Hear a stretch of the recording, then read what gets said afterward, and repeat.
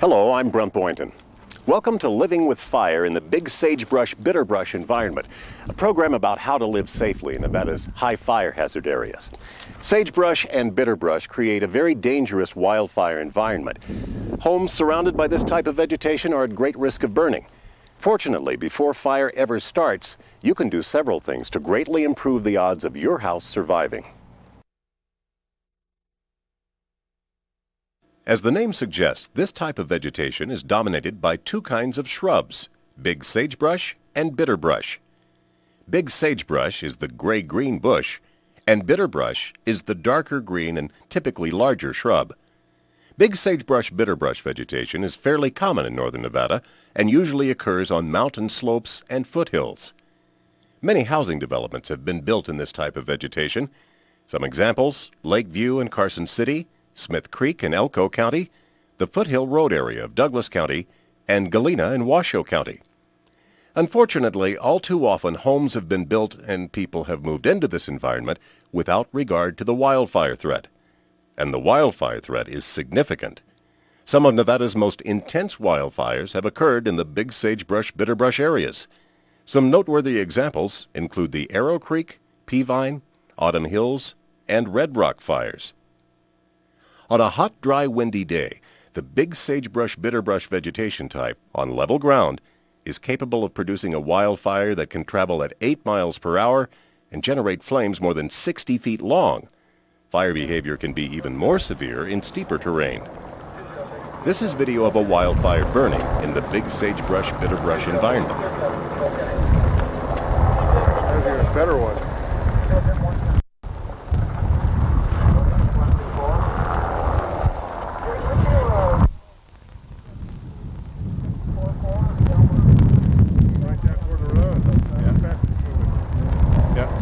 Down towards the road.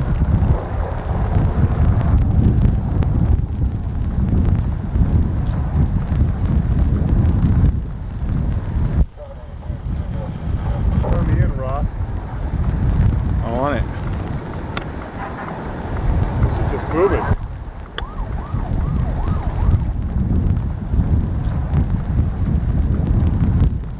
Yeah, let's just get out of here.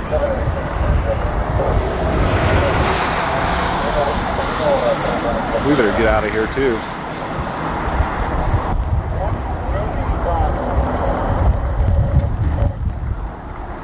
It's going to cross.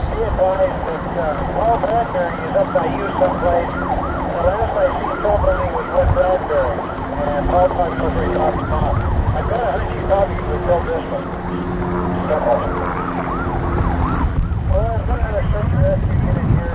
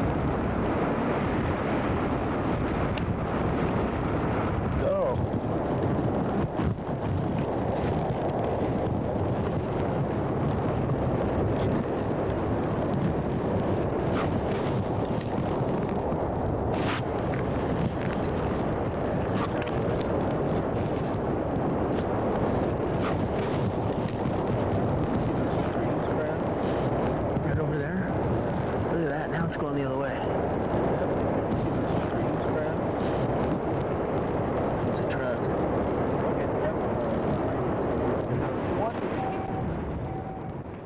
This program is designed to offer fuel management solutions to reduce the threat of wildfires to people, homes, and property in the big sagebrush bitterbrush environment. Wildfire fuel includes wildland vegetation, such as big sagebrush and bitterbrush, ornamental plants in the home landscape, and, unfortunately, houses. Why is fuel so important? 3 factors control wildfire behavior: weather, topography, and fuel. We can only change one of them, fuel. Consequently, if we want to increase the odds of a house surviving a wildfire, our greatest opportunity lies in changing the fuel available for burning. The major fuel characteristics that we want to change include amount, less fuel is better than more fuel; height, short fuel is less hazardous than tall fuel; moisture content, plants with high moisture content are more fire resistant than plants with low moisture content; continuity, fuels that are widely separated are more desirable than fuels that are close together; and finally, location. Hazardous fuels should be kept away from the house. By changing the fuels, we can change the behavior of a fire. We can keep it from starting, slow it down, cool it down, keep its flames shorter, and make it burn for a shorter period of time. All of these changes help a home survive wildfire. Investigations of houses destroyed by wildfire have consistently found that the fuel characteristics of the house and the adjacent vegetation are the most influential factors in determining house survivability. These factors usually determine which houses survive a wildfire and which houses are destroyed. This conclusion is significant because it implies that the most important person in preventing a house from burning is the homeowner, and it's the actions that a homeowner takes before a wildfire occurs that are critical. Wildfire can threaten a home in 3 ways: through direct contact by flames, through radiated heat, and by flying embers. First, contact by flames. This type of threat occurs when fuels burning near the house produce flames that come in contact with the home and ignite it. Direct flame contact is probably what most of us visualize when we think of a house burning during a wildfire. The next way wildfire threatens the house is through radiated heat. Invisible electromagnetic waves carry radiant heat out in all directions from a flame. When a house receives enough radiated heat for sufficient time, it will ignite without flames ever touching it. Sometimes radiated heat can burst windows and let burning embers get inside the house. Consequently, we must be concerned even with vegetation and other fuels located away from the house. Radiated heat melted the vinyl siding on this house. Flames never touched it. The most common wildfire threat to a house comes from flying embers. If conditions are right, pieces of burning material such as shrub branches, pine cones, and wood shakes from a burning roof can be lofted high into the air and carried hundreds of feet to more than a mile from the actual fire. Burning embers can be carried by wind and fire whirls. If these burning embers land in easily ignitable materials, like wood shake or shingle roofs, leaves and rain gutters, dry weeds, trash, or wood piles, they can start a new fire. Here's an example of a burning ember starting a fire. Fortunately, firefighters were already here, and they quickly tackled the new fire. In this smoky picture, burning embers have landed on the roof, rolled down, and got trapped in the rain gutter. The dried leaves in the gutter ignited. Other embers started a fire in the flower beds. We'll make recommendations on how to reduce the threat of wildfire in 3 categories: the built zone, the defensible space zone, and the access zone. Research shows that each of these areas is important for a homeowner to manage in order to reduce the threat to the home. The built zone refers to how the house is constructed and maintained. The defensible space zone pertains to the vegetation growing near the house. That includes both ornamental landscape plants and native vegetation. The access zone is the area that lets firefighters locate and arrive at your house in a timely manner. These 3 zones are shown in this photo. The built zone includes the house. The defensible space zone includes the vegetation surrounding the house. And the access zone includes driveways, roads, and signage. First, let's look at the built zone recommendations. The goal for the built zone is to improve the ignition resistance of the house. If the house doesn't ignite, it can't burn. Research has statistically verified what you might consider to be common sense. Houses highly resistant to ignition can survive high-intensity wildfires. And conversely, houses that ignite easily can be destroyed even during low-intensity wildfires. This is a photograph of one of the more than 200 homes destroyed in the Cerro Grande fire in Los Alamos, New Mexico. In this case, the house ignited more easily than the surrounding vegetation. Notice the unburned trees, shrubs, and the unscathed wooden rail fence. In fact, the charred trees near the house burned because the house ignited. While we're concerned about flame contact and radiated heat, we're particularly concerned with flying embers igniting the house. The most common reason houses burn during wildfire is that flying embers have either ignited the exterior of the house or have found a way inside the house through openings.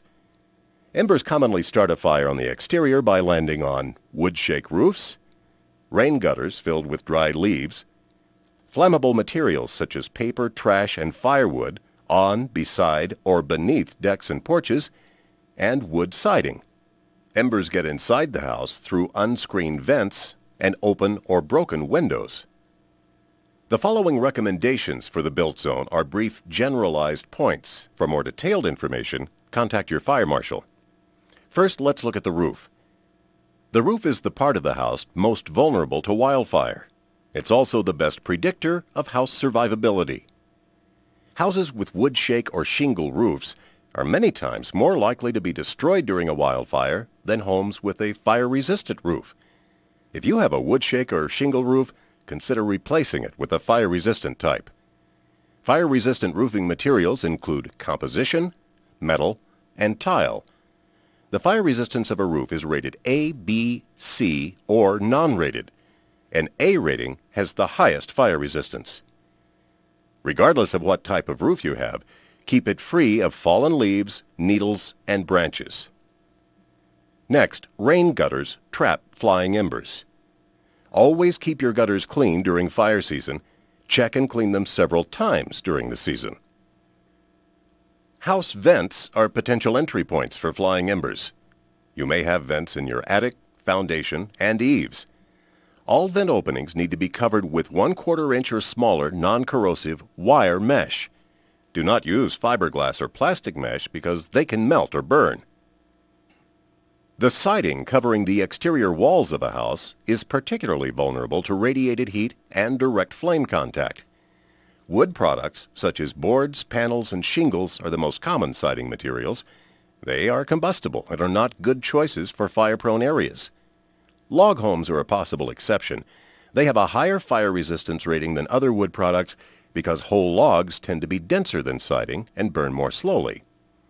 Non-combustible siding materials like stucco, brick, and cement board are better choices. The eaves of the house can be a problem area. That's because as a wildfire approaches, hot air and gases are deflected off the side of the house and trapped under the eave.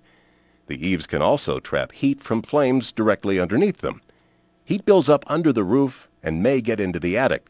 The chance for ignition is greatly increased. By covering the underside of the eave with a soffit or boxing in the eave, you make it easier and safer for heat to escape. Decks can also be potential heat traps.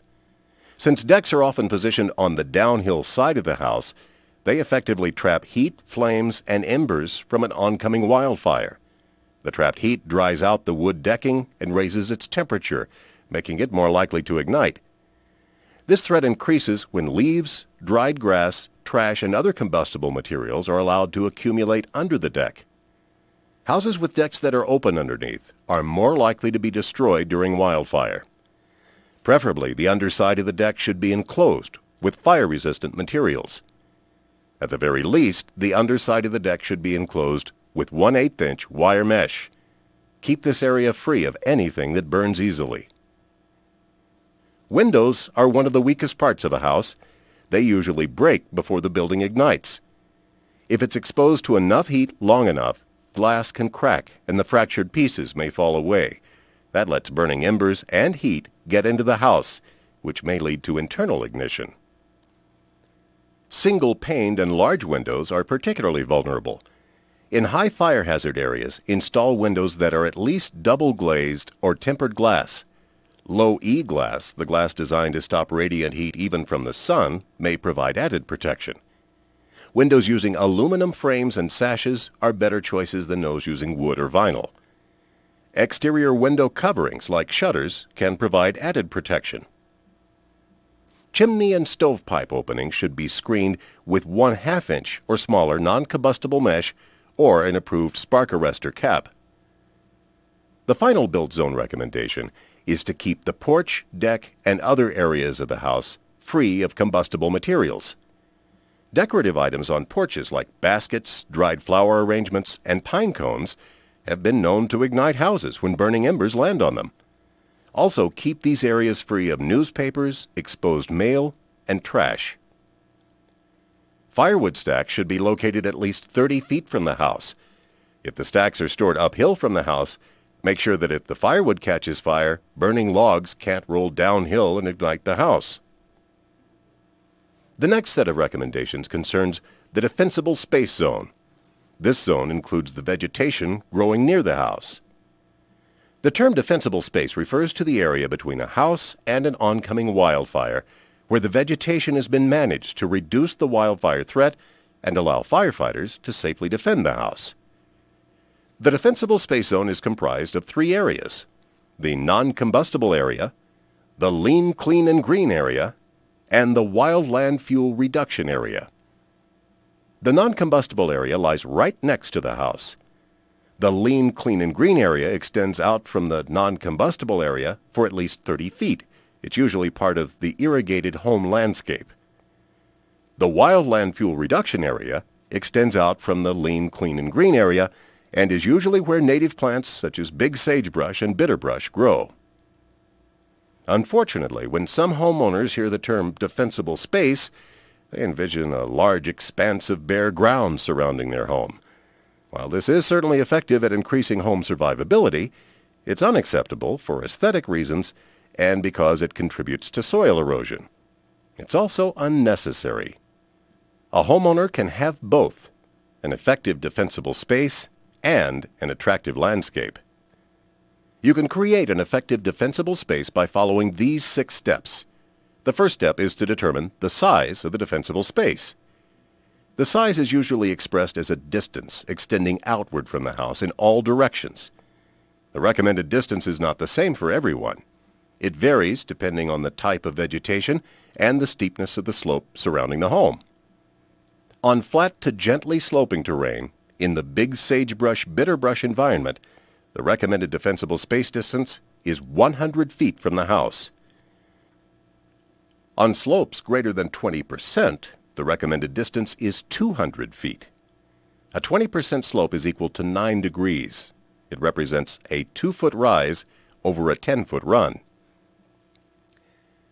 Once you know the recommended distance for defensible space, mark it by tying strips of cloth or flagging to shrubs. The area inside those flags becomes your defensible space zone. One note of caution: if the defensible space zone exceeds the property boundaries, do not work on someone else's property without their permission. It's important to note that the effectiveness of the defensible space zone improves when entire neighborhoods maintain defensible space. The next 5 steps apply to the vegetation growing within your defensible space zone. First, is there any dead vegetation within the defensible space zone? If so, remove it.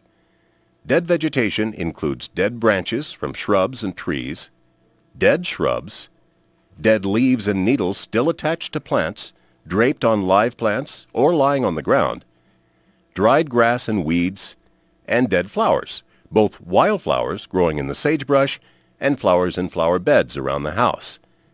If dead vegetation is present within the defensible space zone, remove it.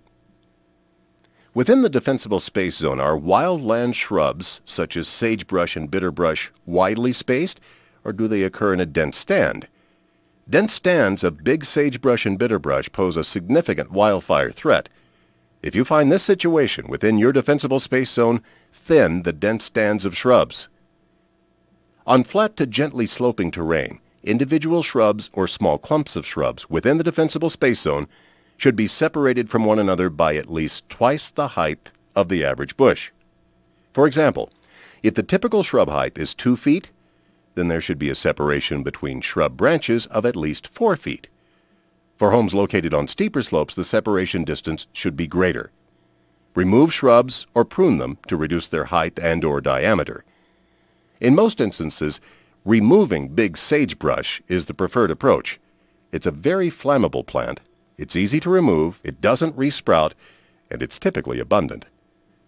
If there's a dense stand of shrubs in the defensible space zone, provide a separation between shrubs through removal or pruning. Now we move to vertical separation. If you have trees in your defensible space, there should be a separation between the lower growing vegetation and the lowest tree branches. Vegetation often grows at different heights or layers, like the rungs in a ladder. For example, in this photograph, dried grass is the lowest rung, shrubs are the next highest rung, and tree branches form the upper rung. Vegetation that can carry a fire burning in low-growing plants to taller plants is called ladder fuel. In the left photo, a burning shrub has ignited the lower branches of a tree. Trees, particularly evergreens like pine, supply a lot of potential fuel to a wildfire. Once they've ignited, they can burn very intensely and they threaten life and buildings nearby. By removing some of the rungs of the ladder, we greatly reduce the amount of wildfire fuel. The recommended separation for ladder fuels is 3 times the height of the lower vegetation layer. For example, if the lower vegetation layer is 3 feet tall, then there should be a separation of 9 feet. Prune the lower tree branches, shorten the height of the shrubs, or remove lower plants. But don't remove more than 1/3 of the total tree branches. That could hurt the tree. As an alternative, remove the lower vegetation layers. If there is no vegetation growing under or near the tree, remove lower tree branches to 2 feet above the ground. If ladder fuels are present in the defensible space area, remove them. Now, do you have a lean, clean, and green area extending at least 30 feet around your house? By lean, we mean that only a small amount of flammable vegetation, if any, is present within 30 feet of the house. By clean, we mean there's no accumulation of dead vegetation or flammable debris within 30 feet of the house. By green, we mean that plants located within 30 feet of the house are kept healthy, green, and irrigated during the fire season. The goals of the lean, clean, and green area are twofold. First, to eliminate easily ignitable fuels or kindling near the house. That way, if flying embers were to land in your yard, they couldn't start a fire. Second, to keep fire intensity low if it does ignite near the house. Should a fire start within 30 feet of the house, the fuels present couldn't burn hot enough, long enough to ignite the home. For most homeowners, the lean, clean, and green area is also the residential landscape. This area often has irrigation available, is planted with ornamental vegetation, and is regularly maintained. Consider these fire-smart tips. Within the lean, clean, and green area, remove most or all flammable wildland plants. These would include big sagebrush, bitterbrush, rabbitbrush, and cheatgrass. If you want to keep a few of these as specimen plants, make sure they're free of dead wood and leaves. They're pruned to reduce the amount of fuel, and they're separated from adjacent brush fields. It's fine to keep wildflowers like lupin, phlox, and balsam root, but you should remove the top growth once it dries out and turns brown. Desert peach and Mormon tea can also be kept within this area, so long as they are kept free of dead wood, are less than 3 feet tall, and are separated properly. When it comes to making wise plant choices for the lean, clean, and green area, there's good news and bad news. First, the bad news. Unfortunately, there is no such thing as a fireproof plant. Any plant can burn if it's exposed to enough heat long enough. The good news is that some plants don't ignite as easily, nor burn as hot as others. Some rules of thumb in selecting landscape plants for the lean, clean, and green area. All other things being equal, shorter plants are a better choice than taller plants. Taller plants can produce longer flames and contain more fuel than lower growing plants. Mainly use plants that are less than 2 feet tall when they reach maturity. When they're green and healthy, herbaceous plants like flowers, succulents, and lawn are better choices than woody plants such as shrubs and trees. When they're actively growing, herbaceous plants have a much higher water content than woody plants. The higher a plant's water content, the harder it is to ignite and the more slowly it burns. However, when herbaceous plants dry out, they ignite easily. At that point, they've become a fire hazard and should be removed. Many evergreen shrubs and trees contain flammable oils and resins that burn very hot when ignited. Because of this, deciduous shrubs and trees are usually a better choice for landscaping in the defensible space. We should mention several particularly bad choices for landscaping in the lean, clean, and green area. Juniper and arborvitae can burn very hot. Also, their dead leaves tend to accumulate in and under them, and those leaves are extremely flammable. They're easily ignited by flying embers. Ornamental pines, such as Scotch pine, Austrian black pine, and mugo pine are also poor choices for use in the defensible space. Scotch broom has been identified as a particularly flammable plant, as are most large ornamental grasses when they get dry. Both are considered poor choices. Good choices for the lean, clean, and green area include deciduous shrubs like barberry and spirea. Green lawn is low-growing and has a high water content and is therefore an excellent lean, clean, and green area plant choice. However, lawn does have its drawbacks. It tends to demand a lot of water and maintenance. Clover and conservation grasses, such as crested wheatgrass, may be suitable alternatives, especially if you water and mow them occasionally. Flowers, including perennials, annuals, succulents, and bulbs, are good choices so long as they're actively growing. Once they start drying out and turn yellow, dead leaves and flowers should be removed. Ground covers are excellent choices for the lean, clean, and green area. Well-maintained deciduous trees are also good choices. Plant deciduous trees so there's at least a 10-foot separation between their branch tips at maturity. Emphasize the use of hard surfaces and mulches within the lean, clean, and green area. Hard surfaces include concrete, asphalt, and brick. Mulches include rock and wood types. Rock mulches are a great choice. Wood bark and mulches may be flammable and should be kept at least 3 feet away from combustible house and deck materials. Wood mulches can burn, but they typically smolder and produce little, if any, flame. Ideally, you should keep them moist with irrigation during fire season. Some specific problems. The propane tank is often located in the lean, clean, and green area.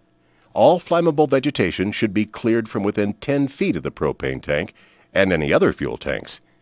Screening fuel tanks with fire-resistant materials can provide some additional protection. Problem tree limbs should be removed.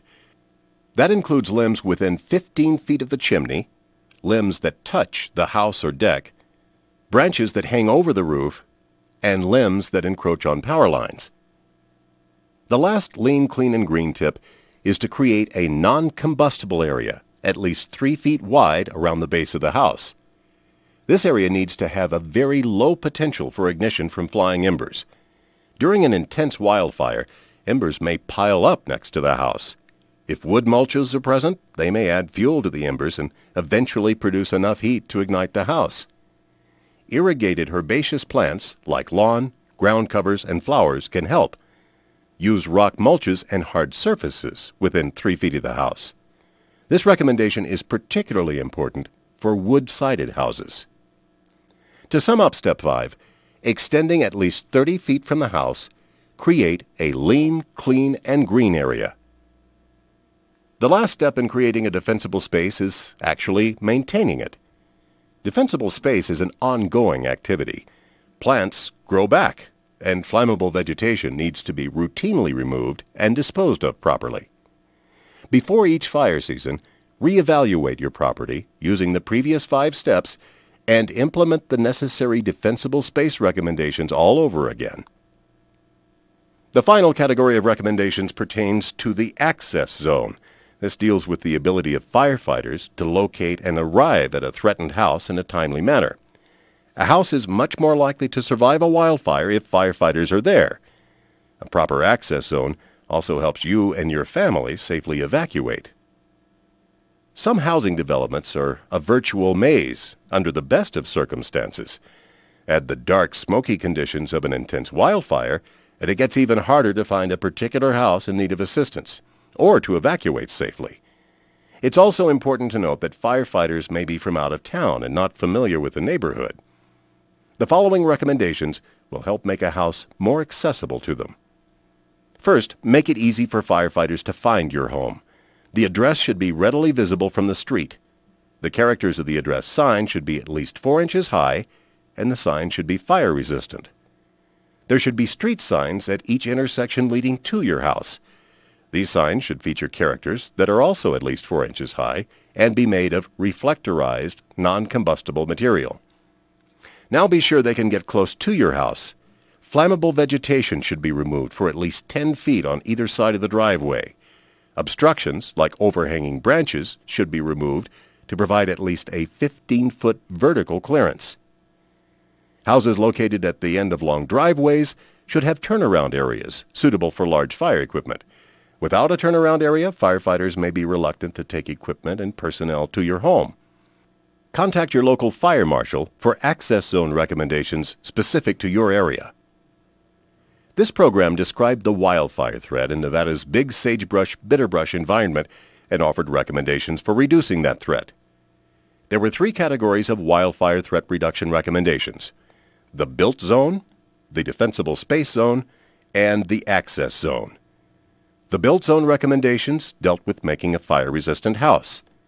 The defensible space zone recommendations dealt with the management of vegetation to reduce the wildfire threat. And the access zone addressed the ability of firefighters to locate and arrive at your home in a timely manner. It's fair to ask, will implementing all these recommendations make a difference? Based on examinations of houses destroyed by wildfire, we know the answer is yes. This graphic shows the roof and vegetation characteristics of more than 2,000 homes destroyed by wildfire in California. The gray houses had wood shake roofs, and the brown houses had fire-resistant roofs. The red arrows indicate the distance of each house from flammable vegetation. The size of the flames and the yellow numbers show the percentage of each house type actually destroyed by wildfire. Notice that of the houses with wood shake roofs and less than 30 feet from flammable vegetation, 50% were destroyed by wildfire. But less than 1% of the houses with fire-resistant roofs at least 100 feet from flammable vegetation was destroyed. By becoming proactive and implementing the wildfire threat reduction recommendations presented in this program, a homeowner can live much more safely in the big sagebrush bitterbrush environment. Thank you for watching Living with Fire in the Big Sagebrush Bitterbrush environment. We hope you've learned some valuable information to help you protect your home from the threat of wildfire. For more information about how to reduce the wildfire threat, contact your local fire protection agency or Ed Smith at the University of Nevada Cooperative Extension at area code 775-782-9960. This program was produced by the University of Nevada Cooperative Extension with funding from the Bureau of Land Management through a National Fire Plan grant and assistance from KOLO News Channel 8 and the Media Center.